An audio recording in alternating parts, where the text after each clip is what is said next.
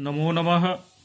अहमस्मि डॉक्टर रामकुमार झा, अंशकालिक सहायक प्राचार्यः, ज्योतिष विभागः, पूर्णिमाराम प्रताप संस्कृत महाविद्यालयः, बैगिनी, दरभंगा। इदानीं मया खसंकलन व्यवकलन करणसूत्रं विवेच्यते।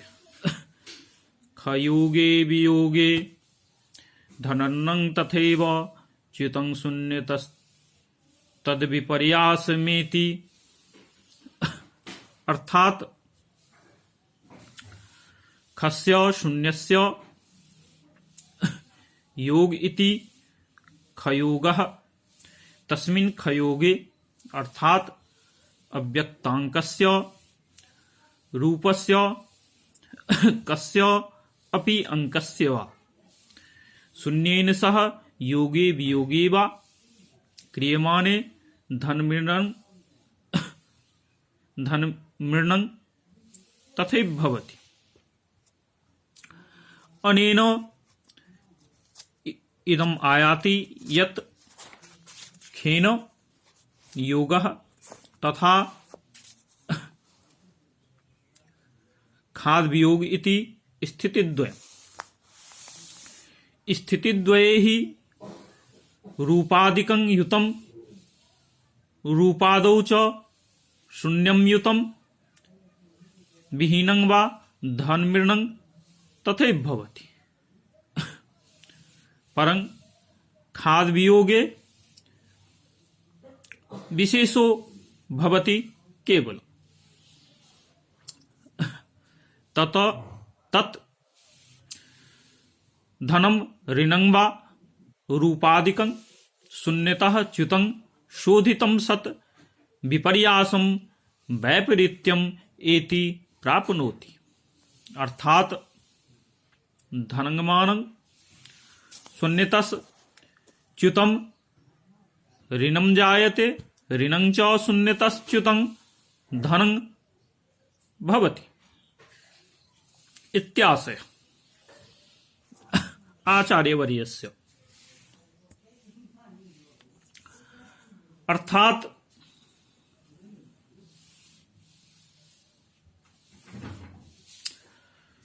शून्य के जोड़ने और घटाने का नियम यहाँ पर इस प्रकार कहा गया है। यदि शून्य को किसी राशि में जोड़ा जाए अथवा शून्य में किसी राशि को जोड़ा जाए अथवा शून्य को किसी राशि में घटाया जाए तो भी धन ऋण का विपर्यास नहीं होता है।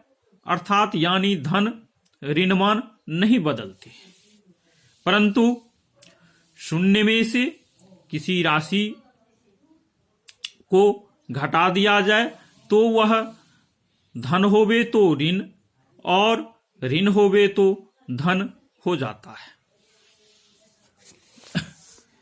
यहाँ पर भास्कराचार्य ने बहुत सुंदर ही उस उदाहरण प्रस्तुत किए हैं जो इस प्रकार है।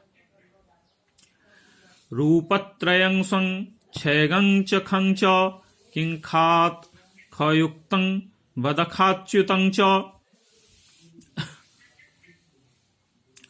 अर्थात स्वम अर्थात धनम, रूपत्रयम् क्षयम् अर्थात ऋणं, रूपत्रयं च खं च एतत् त्रयम् अपि पृथक् पृथक् खयुक्तं किं स्यात्। अत्र खेन युक्तं खे युक्तं वा इति प्रश्नद्वयं तथा खाच्युतं खमेव च्युतम् इत्यत्रापि प्रश्नद्वयं किं स्यात् ब्रूहि। अर्थात धन तीन अथवा ऋण तीन और शून्य, इन तीनों में शून्य को जोड़ने से क्या होगा और इन्हीं में शून्य को घटाने से क्या होगा, अथवा शून्य में से उनको घटाने से क्या फल प्राप्त होगा, यह कहो। यहां पर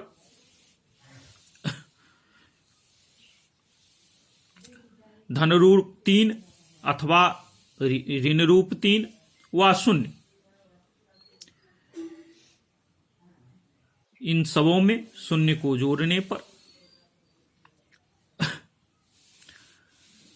अथवा इन तीनों को शून्य में जोड़ने पर स्थिति यथावत रहेगी, और इन तीनों में शून्य को घटा देने पर भी स्थिति यथावत ही रहेगी। अर्थात धन रूप 3 को जोड़ने पर यथावत प्राप्त होगा,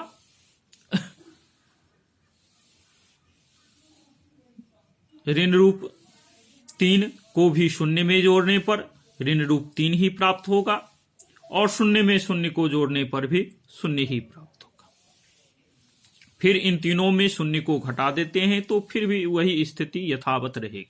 धन रूप 3 ही रहेगा, ऋण रूप 3 ही रहेगा, और शून्य शून्य ही रहेगा। यदि इन तीनों को शून्य में घटाते हैं तो स्थिति विपरीत हो जाती है। अर्थात शून्य में ऋण रूप 3 को घटाते हैं तो फल धन 3 प्राप्त हो जाता है। यदि शून्य में धन रूप 3 को घटाते हैं तो ऋण रूप 3 प्राप्त हो जाता है।